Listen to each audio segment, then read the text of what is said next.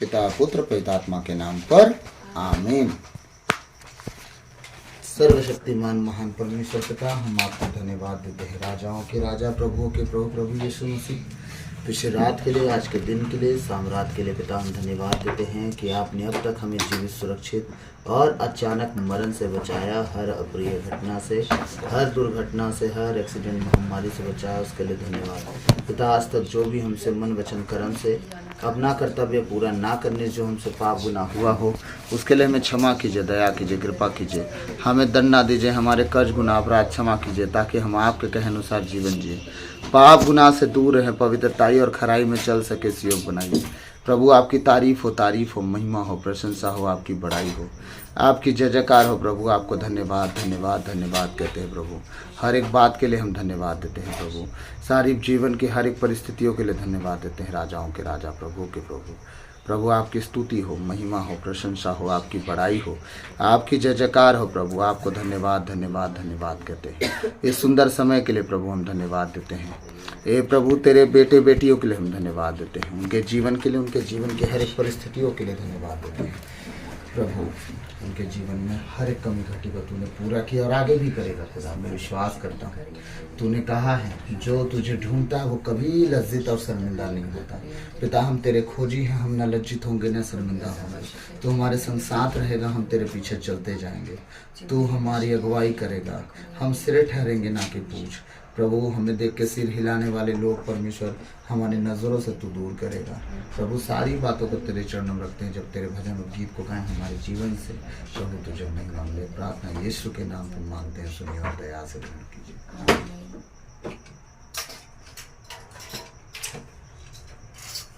मेरी जिंदगी में आके मेरी जिंदगी बचा ली, मेरी जिंदगी में आके मेरी जिंदगी बचा ली।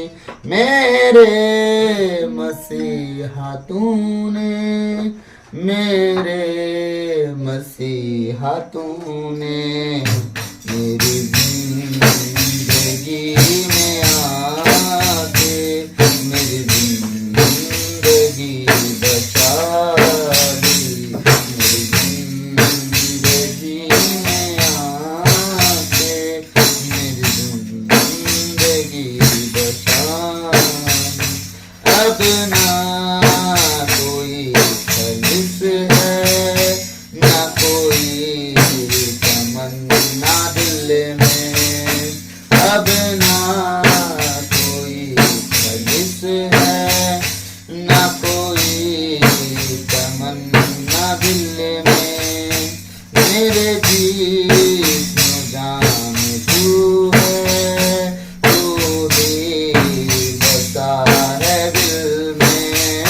मेरे जिस्म जान तू है, तू ही बसा है दिल में। मुझे सब दिया है तूने, मेरी जिंदगी खाली। मुझे सब दिया है तूने, मेरी जिंदगी खाली। मेरी जिंदगी में आके मेरी जिंदगी बचा ली।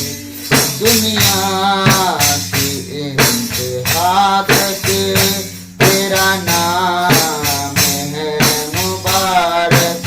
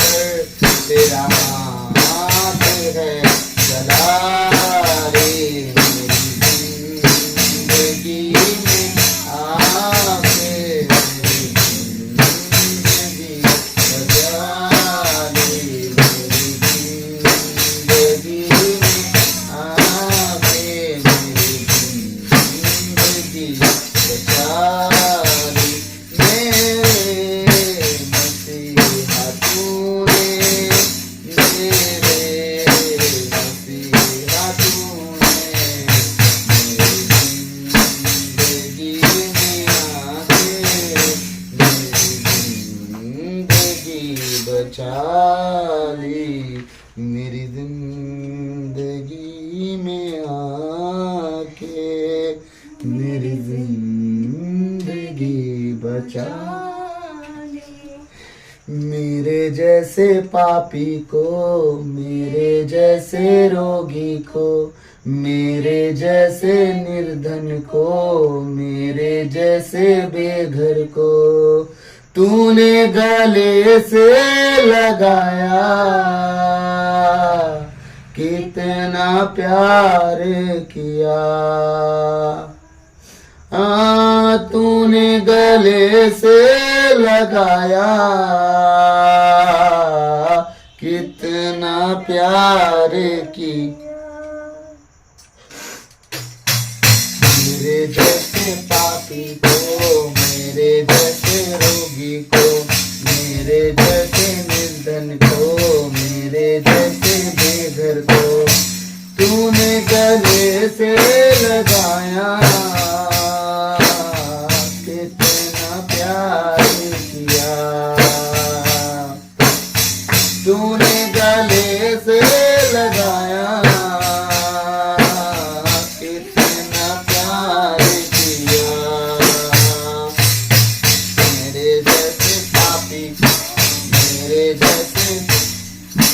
मेरे जैसे निर्धन को, मेरे जैसे बेघर को, मेरे जैसे पापी को, मेरे जैसे रोगी को, मेरे जैसे निर्धन को, मेरे जैसे बेघर को। पापों की बीच में जब मैं खड़ा था, तूने दी है कृपा। पापों की बीच में जब मैं खड़ा था, तूने ही दी कृपा। कीड़े से मुझको तूने निकाला, लहू से फिर धो दिया। कीड़े से मुझको तूने निकाला, लहू से फिर धो दिया। दलदल से मुझको निकाला, मुझको प्यार किया। दलदल से मुझको निकाला, मुझको प्यार किया। मेरे जैसे पापी को, मेरे जैसे रोगी को, मेरे जैसे निर्धन को, मेरे जैसे बेघर को, मेरे जैसे पापी को, मेरे जैसे रोगी को, मेरे जैसे निर्धन को, मेरे जैसे बेघर को तूने गले से लगाया। कितना प्यार किया, तूने गले से लगाया।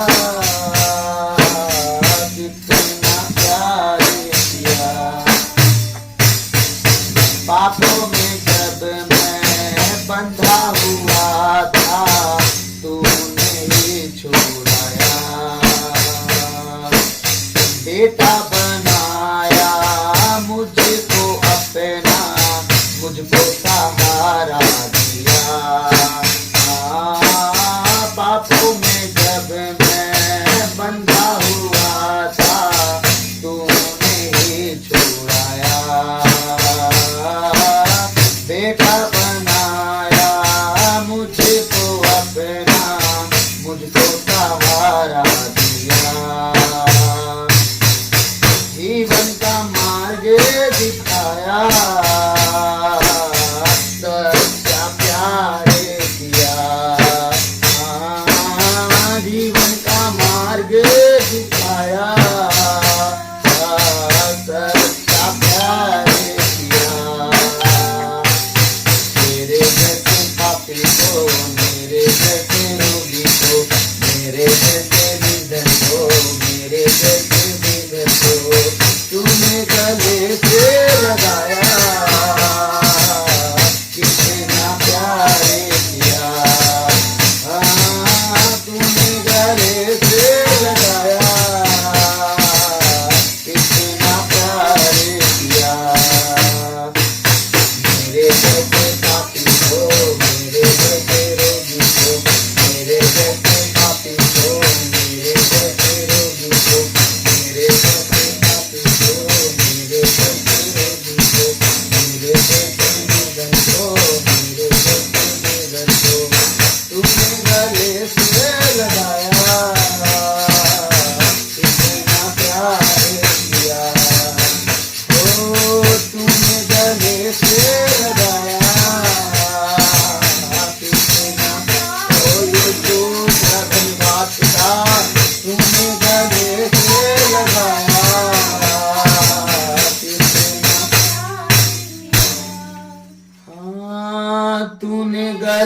से लगाया,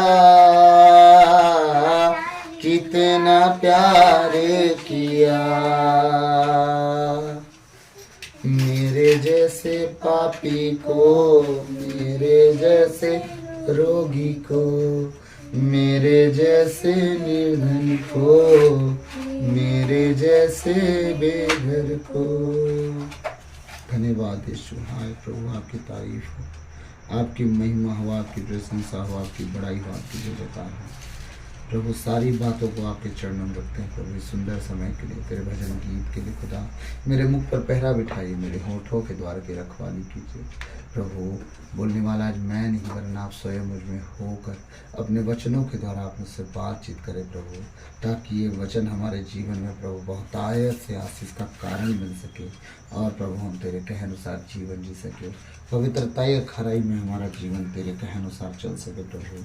हर एक बात को तेरे चरणों में रखते हैं परमेश्वर, आज का हर एक वचन दुधारी तलवार की तरह हमारे जीवन की सारी कमी घटी काट के छाट के अलग करे, और हम जिन जिन बातों से कमी घटी में है प्रभु उससे भरपूरी में आ जाए इसी योग बना।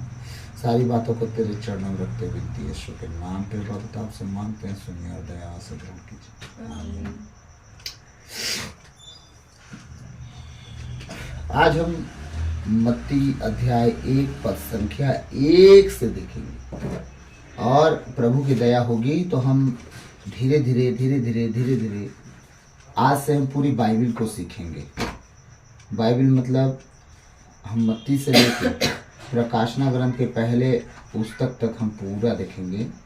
कोशिश करूंगा मैं आप लोग को मेन टॉपिक समझाने की, ताकि जब भी आप वचन पढ़ें, वचन को सुने, आप वचन का अर्थ समझने में देरी ना करें। इसलिए मैं पूरा कोशिश करूंगा कि अब से मैं बाइबल को करीब से बता सकूं। आमीन आमीन। तो आइए हम प्रभु के वचन में जाएंगे।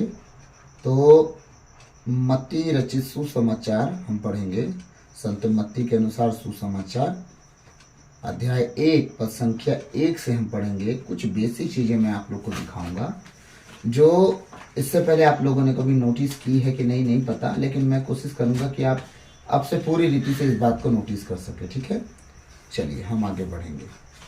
इब्राहिम की संतान दाऊद के पुत्र ईसा मसीह की वंशावली, मात्र एक झटके में तीनों का नाम बता दिया गया।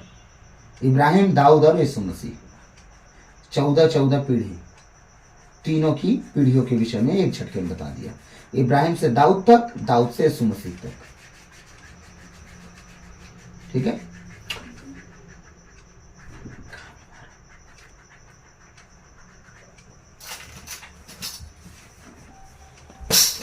हालेलुया।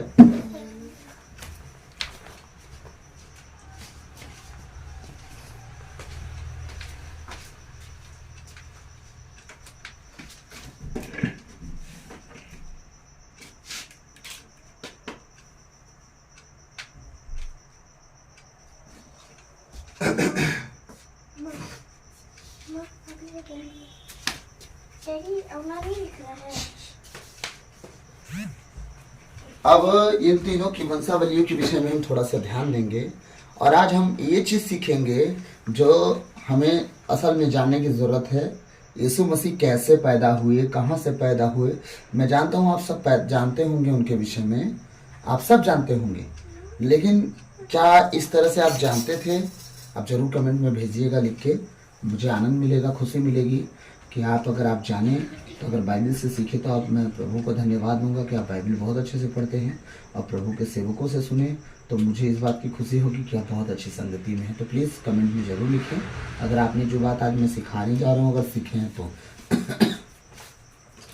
वचन कहता है, इब्राहिम के संतान दाऊद के पुत्र ईसा मसीह की वंशावली।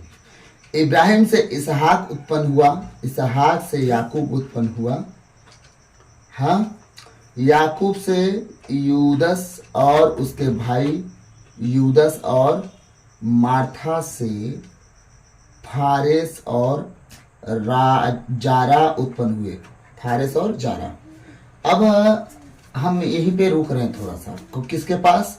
यूदस और थामर के पास। ये थामर कौन थी? जिससे 2 बच्चे पैदा हुए, कौन से? फारेस और जारा। ये यूदस था हमारे याकूब का बेटा, ठीक है।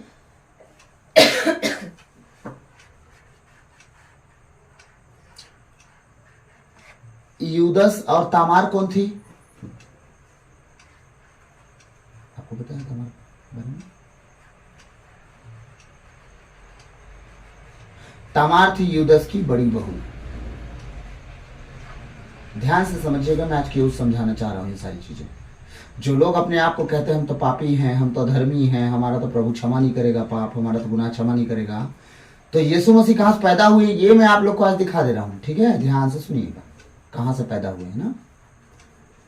तो अब्राहम भी गलती किया, लेकिन परमेश्वर उसकी पत्नी से इसहाक को पैदा कर दिया, ठीक है। इसहाक से याकूब पैदा हो गया, ठीक है। लेकिन ये यूदस इस याकूब का जो बेटा था, है ना, याकूब का जो बेटा था कौन था? ध्यान से फिर से मैं पढ़ दे रहा हूं। इब्राहिम से इसहाक उत्पन्न हुआ, इसहाक से याकूब, याकूब से यूदस और उसके भाई, कौन? 12 भाई सब करो कुल मिला के, ठीक है। अब याकूब से जो 12 भाई पैदा हुए, 12 के बारे में, 11 के बारे में बात नहीं हो रही है, अब बात हो रही है यीशु मसीह की वंशावली के विषय में। तो यहां कौन आया मेन? ना यूसुफ आया, ना मनस्से आया, ना गाद आया, ना दानी आया, कोई नहीं आया। अब यहां आ रहा है कौन? यूदस, जिससे यीशु मसीह आने वाले हैं, उनका नाम यहां लिखा जा रहा है, ठीक है। तो इब्राहिम से इसहाक उत्पन्न हुआ, इसहाक से याकूब से यूदस और उसके भाई यूदस और थामर से फारेस और जारा उत्पन्न हुए, ठीक है। फारेस से एस्रोम से आराम, आराम से अमीनादाब, अमीनादाब से नासोन, नासोन से सलमोन, सलमोन और रखाब से बोझ। अब रखाब कौन थी? रखाब एक वेश्या थी जो कनान देश में भेदियों को छुपाई थी अपने घर पे, और वादा ली थी कि जब तुम लोग इस देश को जीत जाओगे तो हमारे घर सहित हमें बचा देना। उन्होंने कहा लाल कपड़ा लगा देना, हम बचा देंगे। तो वो लाल कपड़ा ही उन्हें बचाया, और लास्ट में परमेश्वर उसे इजराइलियों में गिन दिया। इजराइलियों में अपना शादी ब्याह करके रहने लगी, और उससे पैदा हो गया एक धर्मी संतान। कौन था? नाम उसका बोअज, ठीक है।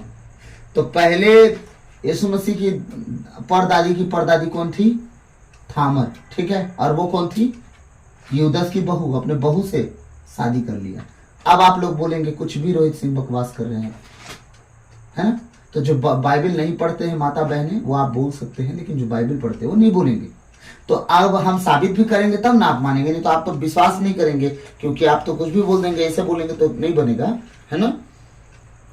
तो हम चलते हैं सीधे सीधे वचन की ओर, थोड़ा सा हम इसको गहराई में लेके जाएंगे।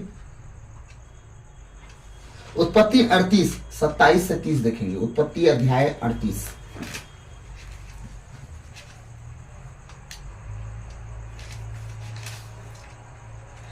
अब पूरा 38 देख लेंगे तो और खुशी की बात होगी। यहां पढ़ेंगे आप यूदा और तामार, कुछ बोलना ही नहीं है, सीधे हेडलाइन ही है। 38 अध्याय का हेडलाइन है यूदा और तामार। हाँ, अब हम पढ़ेंगे क्या? 38 से 27 से 30 ना। चलिए मैं पढ़ता हूं।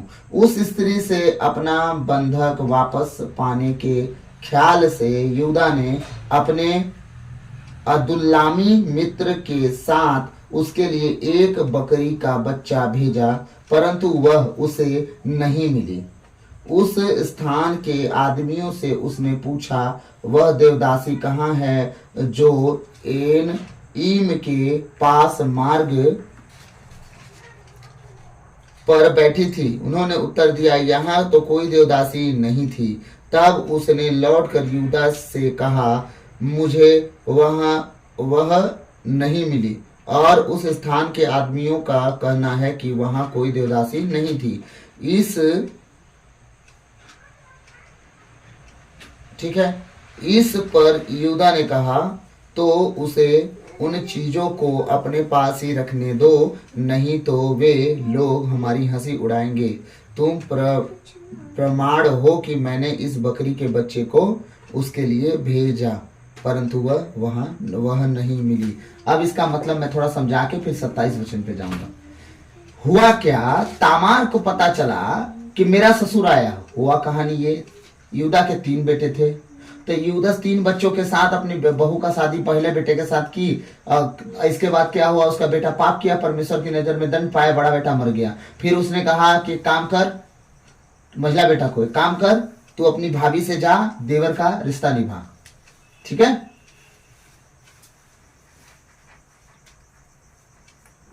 अपने देवर से क्या कर, भाभी का रिश्ता निभा, जा उसके साथ शादी कर और बच्चे पैदा कर।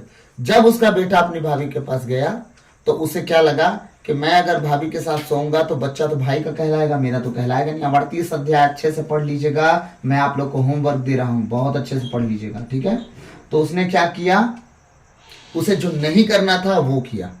परमेश्वर की दृष्टि में वो पापी ठहरा और परमेश्वर उसे मारा। देखिए, उसका बाप और नियम जो मूसा की विधान था, मूसा का नियम था कि अगर बड़ा भाई मर जाए तो उसके लिए छोटा भाई बच्चा पैदा करे, लेकिन ये मूसा के विधान के खिलाफ हो गया और जो परमेश्वर ने कहा था वो नहीं किया। इस कारण वो पाप किया और पाप का परिणाम उसे मृत्यु मिली। मझला भाई में मर गया, छोटा भाई छोटा था, तो यूदा सोचा कि कहीं ये भी ना मर जाए, इसलिए अपने बहू को बोला, तामर एक काम कर, तू चली जा अपने मैके, जब मेरा छोटा बट्टा जवान हो जाएगा तब मैं तेरे साथ इसका भी विवाह कर दूंगा।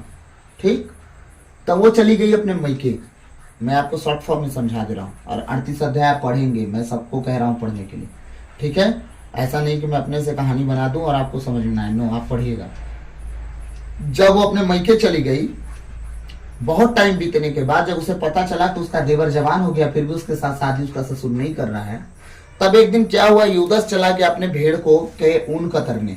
ठीक है, अपने भेड़ के ऊन कतरने जा रहा था और पता चल गया उसके सहेलियों के द्वारा, किसी खोजों के द्वारा, जो भी हो, तामार को पता चल गया कि तेरा ससुर आया है। और वो क्या कि अपना मुंह ढाक के वेश्या का रूप धारण करके मार्ग के किनारे बैठ गई। जब उसका ससुर आया तो उसकी पत्नी पहले ही मर गई थी, उसके मतलब सासू माँ, तो अकेला रह रहा था। तो उसका ससुर जब आया तो उसे वैसा समझ के क्या बोलता है, तू मेरे को अपने पास आने दे। तो बोलती है कि मैं तो तेरे को अपने पास आने दूंगी, लेकिन उसके बदले तू मुझे क्या देगा। तो बोलता अभी मेरे पास देने के लिए कुछ नहीं है, लेकिन हाँ मैं एक बकरी का बच्चा तेरे पास भेज दूंगा। तो बोलती है रेहन में कुछ दे दे, गिरवी में कुछ दे दे। उसने कहा ठीक है, क्या चाहिए। तो बोलती है बाजूबंद, मोहर और छड़ी दे दे। तो बोला ठीक है। तो अपना वो मोहर, बाजूबंद और छड़ी उसके पास दे गया। तो अपने मित्र को जब बकरी का बच्चा लेके, जब अभी पढ़ के सुनाया, बकरी बच्चा लेके जब वो गया तो उसका मित्र देखा कि वहां कोई देवदासी थी ही नहीं। उस समय वेश्याओं को देवदासी बोला जाता था। तो बोली कि वहां, बोला कि वहां तो कोई नहीं। तो बोलता तू तो गवाह है ना कि मैं तेरे साथ एक बच्चा भेज दिया था बकरी का, वो नहीं मिली तो मेरी गलती नहीं है, और जो मैंने उसको दिया था उसी के पास रहने दे। ठीक है, ठीक। अब लगभग 3 महीना बीत गए। ठीक, यूदा को यह खबर मिली, मैं 24वां वचन पढ़ रहा हूं, यह खबर मिली तुम्हारी बहू, तुम्हारी पुत्र वधू तामार ने व्यभिचार किया है और उस व्यभिचार से वह गर्भवती भी हो गई है। वाह वाह, इतनी बड़ी बात सुन के तो यूदा के होश उड़ गए कि मेरी बहू एक तो विधवा है और दूसरे किसी पुरुष से संसर्ग करके व्यभिचार कर ली, ठीक है, लेकिन व्यभिचार के साथ क्या है, वो प्रेग्नेंट होगी, गर्भवती होगी। अब वो उसको आउट टेंशन। अब इस बात से गुस्सा गया। यूदा ने कहा उसे बाहर ले जाकर जला दो। यही रूल थी, यही प्रथा थी। ठीक है, उस समय का ये प्रथा था, जला दो। जब उसे बाहर निकाला गया तो उसने अपने ससुर को यह कहला भेजा कि ये चीजें उस आदमी की हैं जिससे मैं गर्भवती हूं। कौन सी चीजें? बाजूबंद, ताबीज और लाठी। ठीक है, उसकी छड़ी। बोलती है ये चिन्ह देके कि लो दे दो मेरे ससुर को और बोलो कि जो मेरे को गर्भ धारण करने का कारण बना है, जिसके साथ मैं क्या रिलेशनशिप में आई, असल में वो व्यक्ति कौन है, लो पहचानो और बताओ कौन है। ठीक, उस आदमी की यह चीज जिससे मैं गर्भवती हूं। उसने यह भी कहा इन चीजों को जरा ध्यान से देखिए कि ये मुहर डोरी और डंडा किसके हैं, डोरी मोहर और डंडा, ठीक है। यूदा ने उन्हें पहचान कर कहा, वह स्त्री मुझसे कहीं अधिक निर्दोष है, क्योंकि मैंने ही उससे अपने पुत्र सेला का विवाह नहीं किया। सेला उसका सबसे छोटे बेटे का नाम था। जब वो जवान हो गया, शादी के लायक हो गया, 14-15 साल उस समय बहुत होता था, ठीक है, तो उस समय शादी कर दिया होता, बस बात खत्म। लेकिन उस कहता है कि मैं उसका ज्यादा कुसरबार हूं कि जब वो शादी के लायक मेरा बेटा हो गया सेला, मैं उसकी शादी नहीं किया। यहीं पे वो गलती नहीं की है, गलती मैं किया हूं, ठीक है, विवाह नहीं किया उसका, उसके साथ फिर संसर्ग नहीं हुआ। मतलब यहां फिर यूदस अपनी बहू तामार के साथ फिर से कभी मेलजोल नहीं किया, लेकिन वो जो किया उससे वो गर्भवती हो गई और बच्चा मारना अलाउ नहीं था। तब उससे जो पैदा हो गए 2 बच्चे। क्या हुआ फिर, अब हम 27 से 30 वचन जब देखेंगे, तामार के प्रसव का समय आया तो उसके पेट में जुड़वा बच्चे थे। जब वह प्रसव की अवस्था में थी, एक बच्चे ने अपना हाथ बाहर निकाला।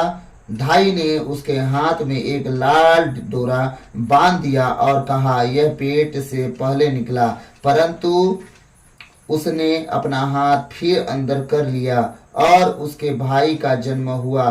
तब वह बोली, तूने कैसे अपने लिए निकलने का मार्ग बना लिया। इसलिए उसने उसका नाम पेरेस रखा। बाद में उसका भाई जिसके हाथ में लाल डोरा बांधा था बाहर आया, उसका नाम जेरह रखा गया। हम अब समझिएगा, पेरेस और जेरह, ठीक। अब इन दो नामों को याद रखिए। अब आते हैं फिर से कहा, मत्ती में, ठीक, पेरेस और जेरह। अब देखते हैं कहा थे हम, तीसरा वचन में ना, तीसरा से शुरू करें। यूदस और थामर से फारेस और जारा उत्पन्न हुए। यहाँ नाम थोड़ा आप कंफ्यूज मत होइएगा, नाम वही है, बस थोड़ा चेंज होते गए हैं। फारेस से हेस्रोम, एस्रोम से अराम, अराम से अमीनादाब, अमीनादाब से नासोन, नासोन से सलमोन, सलमोन और रखाब से बोज, बोज और रूत से उबेद। अब मैं थोड़ा रखाब के विषय में बता दूं आप लोग को। जैसे पहले बताया, कनान देश में वो वेश्या थी, वो वेश्या का नाम था रहाब। रखाब जो बोलना है बोल लीजिए, ठीक है। उस स्त्री से बोझ पैदा हुआ, और बोझ कौन बना, नौमी की बहू। नौमी की बहू का क्या नाम था, रूत। रूत की कहानी आप सब जानते होंगे। रूत की सास नौमी अपने पति बच्चों के साथ अकाल जब पड़ा तो कनान देश चली गई थी। ओ, कनान देश की कोई और देश गई थी, जो भी देश गई थी, ठीक है। वहां से अकाल खत्म होने से पहले 10 साल के आसपास में उसके पति, दोनों जवान बेटे मर गए। दोनों बहुएं थी, रूत और एक ठुकार का तो नाम था, वो विधवा हो गई। एक चली गई उसे छोड़ के अपने सासू को, जब लौटने लगी अपने देश इजराइल तो, और दूसरे ने कहा, तेरे लोग मेरे लोग होंगे, तेरा परमेश्वर मेरा परमेश्वर होगा, जहां तू टिकेगी वहां मैं भी टिकूंगी, जहां तू रहेगी वहां मैं भी रहूंगी, जो तू खाएगी मैं भी खाऊंगी। रूत उसके साथ आ गई, और नामी का एक खेत था, उसी के चक्कर में बोआज के खेत में वो क्या बोलते लगने लगी। अकाल में क्या करते थे, गरीबों को बीनने का खेत में परमिशन था। बोआज उसको बिनते बिनते बिनते बिनते फिर बोआज से नाओमी उसका शादी करवा दी। बोआज और नाओमी का कहानी ये है, और रखाब के विषय मैंने बता ही दिया, ठीक है। तो यहाँ कोई लीगल नहीं था, यहाँ सब अनलीगल चल रहे हैं अभी। किसकी पत्नी, कहाँ का कहानी, किसकी शादी, एक तो बहू थी, दूसरा ससुर से शादी हो गया, मान लीजिए उससे बच्चा पैदा हो गया। एक वैसा थी, इजरायली गिनी गई, क्यों, क्योंकि परमेश्वर उसके विश्वास के कारण उसे बचा लिया, कि वो परमेश्वर के लोगों को छाया दी थी, अपने जातियों में गिन लिया वैश्या को, तब पर भी इजरायली कहला गई, ठीक है। रखा ये शादी किसी और के साथ हुआ था, बोअज सियाना आदमी से शादी कर ली रूत, अब इससे भी बच्चा पैदा हो गए। अब बोअज और क्या बोलते हैं रूत के साथ कौन बच्चा पैदा हुआ, उबेद। उबेद ये इससे से राजा दाऊद उत्पन्न हुआ। तो नाओमी बोल रहा हूं, रूत दादी हुई, और रखाब बेस्या कौन थी उसकी, दाऊद की परदादी। समझ आए, दादी की नहीं परदादी की बात हो रही है। अभी किसकी दादी हो गई, दाऊद की। और यीशु मसीह कहां जन्म लिए हैं? दाऊद के घराने से। समझिएगा ध्यान से, यीशु मसीह कहां जन्म लिए हैं? दाऊद के घराने से। शुरू से बदनामी चल रही है, अभी कुछ ठीक नहीं है, और परमेश्वर कुछ छुपाया नहीं हमारा परमेश्वर। याद रखिएगा, दुनिया के सारे धर्म ग्रंथ उनके कहानियों को छुपाया है, हमारा परमेश्वर एक एक बात दिखाया है। उसने साफ साफ शुरू से कहा है कि सुनो, मैं धर्मियों के लिए नहीं पापियों के लिए अपने बेटे को भेज रहा हूँ। जितना ने पाप किया उन सबको उद्धार दिलाऊंगा मैं, बस उनका पाप वो मान ले। आज हमसे पाप ही माना नहीं जा रहा है। हाँ, ये सारी बातें ध्यान में रखते रहिएगा। अब देखिए, दाऊद उत्पन्न हुआ। दाऊद और उरिया की विधवा से सुलेमान उत्पन्न हुआ। देखिए अब यहां कहानी और बदल गया। दाऊद की पत्नी कौन थी? अलग अलग, लेकिन ये विधवा कहां से आ गया? उरिया कहां से आ गया? अरे उरिया को दाऊद ही मरवाया था, तब दाऊद की पत्नी जो थी, उरिया की पत्नी, वो क्या हुई? बत्सेबा विधवा हुई। विधवा होने के बाद दाऊद क्या कर लिया? अपने घर बुला लिया, है ना, और उसके साथ शादी करके रहने लगा। ठीक, तो जो उस विधवा से मतलब उस बेटा जो वो बेटा पैदा हुआ वो मर गया। दाऊद उसके लिए बहुत शोक किया, मैं आप लोग को पहले भी बता दिया उपवास में, है ना, 40 के टाइम। ठीक, दूसरा बच्चा हुआ सुलेमान। ठीक, अब सुलेमान की कहानी पढ़ेंगे। दाऊद के बहुत सारे बच्चे थे, लेकिन परमेश्वर सुलेमान का नाम क्यों बताया इस जगह पे? क्योंकि सुलेमान की पीढ़ी से दाऊद यीशु मसीह आने वाले थे। तो जितनों की पीढ़ी से आने वाले यीशु मसीह, उनका ही नाम बताया जा रहा है यहाँ पे, सारे लोगों का नाम नहीं बताया जा रहा है। ठीक है, शॉर्ट फॉर्म में। तब सुलेमान से रोबोआम से अबिया, अबिया से आसफ, आसफ से योसफात से योराम, योराम से ओजीएस, ओजीएस से योअथाम, योअथाम से अखाज, अखाज से एजीकीएस, एजीकीएस से मनस्सेस, मनस्सेस से आमोस, आमोस से योसियस, और बाबुल निर्वासन के समय योसियस ये से एक खोनियस और उसके भाई उत्पन्न हुए। बाबुल निर्वासन के बाद, बाबुल निर्वासन का मतलब बंदी बना लेके जाने के बाद की बात है। ठीक है, के बाद एक खोनियस से सलाथिएल उत्पन्न हुआ। सलाथिएल से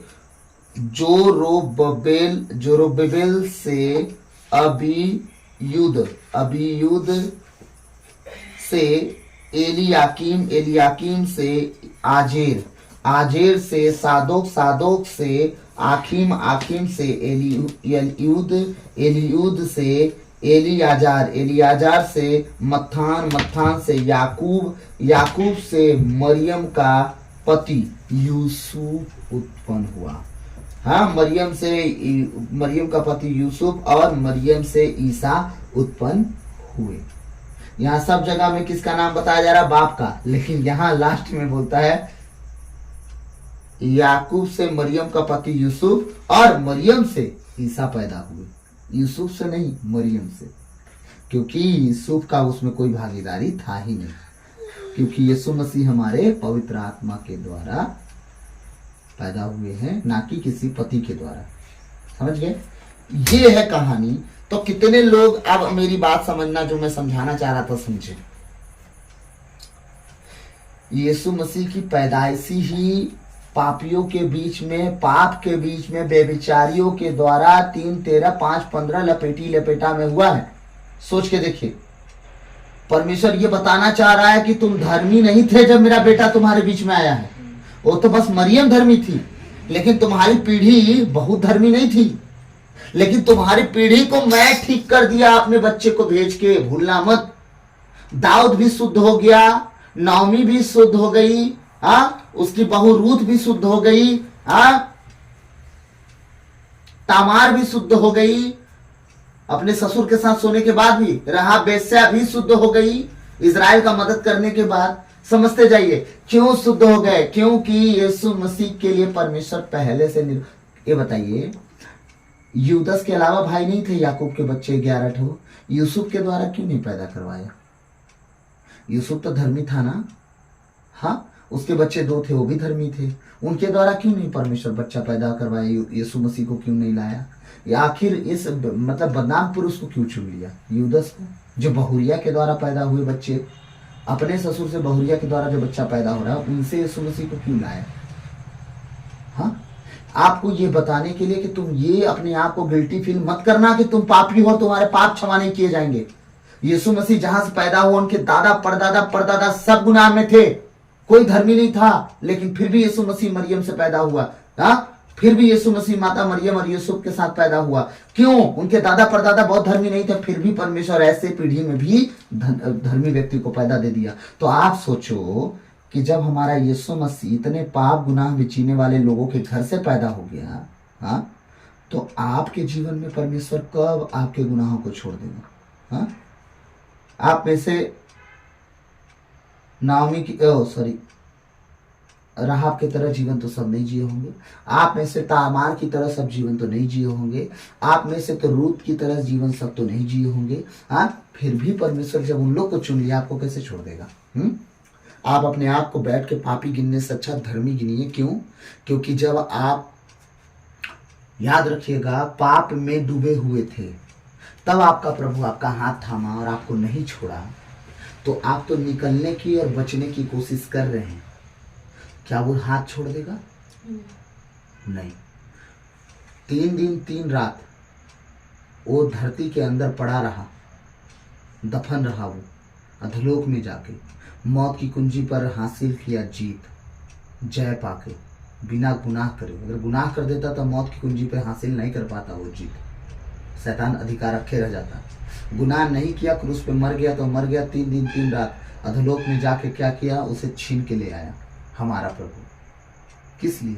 ताकि हम शैतान के अधीन अपनी जिंदगी बिताएं, कि इसलिए कि अपने प्रभु के अधीन होकर हम अपना जिंदगी बिताएं। अब प्रभु हमारे लिए क्या करे?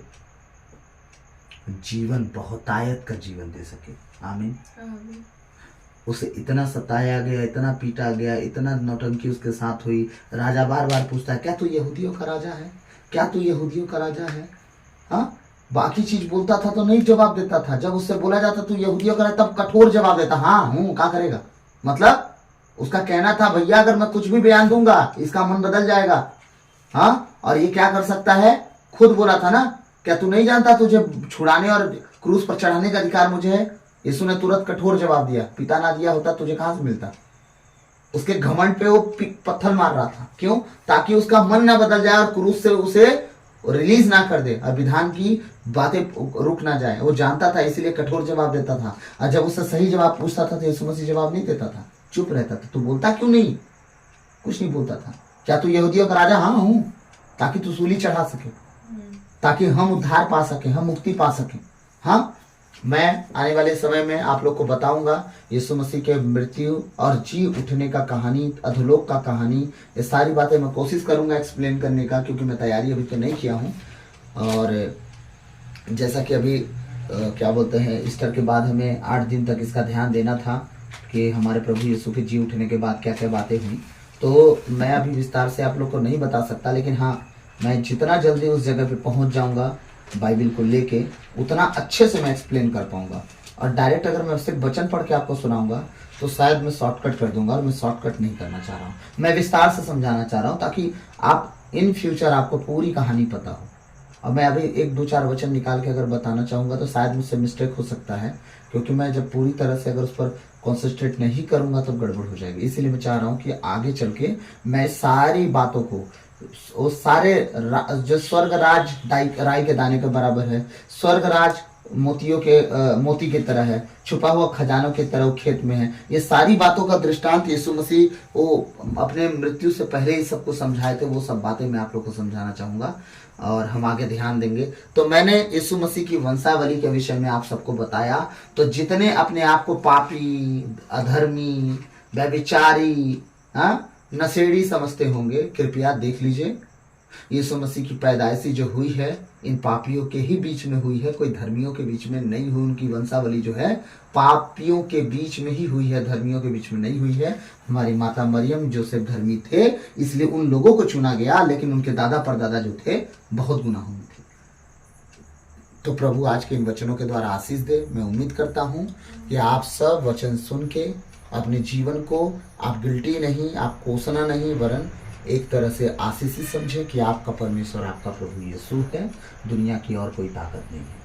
तो प्रभु आप सबको आशीष दे। प्रभु बने रहें और अपने आप को पापी नहीं धर्मी समझें और प्रभु में सदा बढ़ते जाएं, पीछे मुड़ के ना देखें। जो गलतियां आपने कर चुकी प्रभु से माफ़ी मांग के आगे बढ़ें, ताकि प्रभु आपके जीवन में बहुत आयत से आशीष का काम करें। आमीन। आइए हम अंतिम प्रार्थना में जाएंगे। सर्वशक्तिमान महान परमेश्वर पिता, हम आपको धन्यवाद देते हैं। राजाओं के राजा, प्रभुओं के प्रभु, प्रभु यीशु मसीह, हमारे पाप गुनाह अपराध क्षमा कीजिए प्रभु, हमारे गलती गुनाहों को क्षमा कीजिए। पिछली रात के लिए, आज के दिन के लिए, इस आने वाली शाम रात के लिए पिता हम धन्यवाद देते हैं कि आपने अब तक हमें संभाल बचा के रखा।